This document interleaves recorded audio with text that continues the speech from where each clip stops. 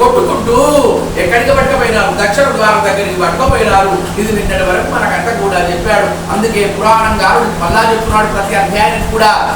అష్టాదశ పురాణాలలో కూడా వినదగినటువంటి పురాణము, సర్వ పాపాలు హరింపజేసే పురాణము, మానవుడి యొక్క కోరికలు తీర్చే పురాణం ఏమిటట? గరుడ పురాణం అన్నాడు, గుర్తుపెట్టుకోండి.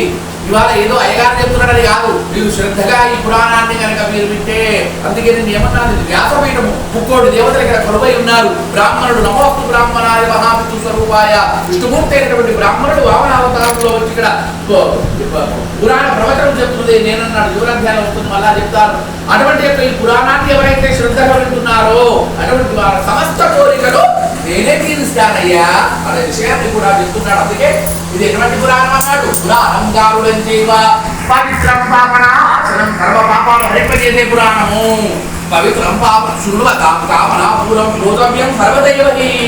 విన్నటువంటి వాళ్ళు, చెప్పినటువంటి వాళ్ళ యొక్క సమస్త వాంఛితాలు కోరికలు తీర్చే పురాణమే గరుడ పురాణం అన్నాడు.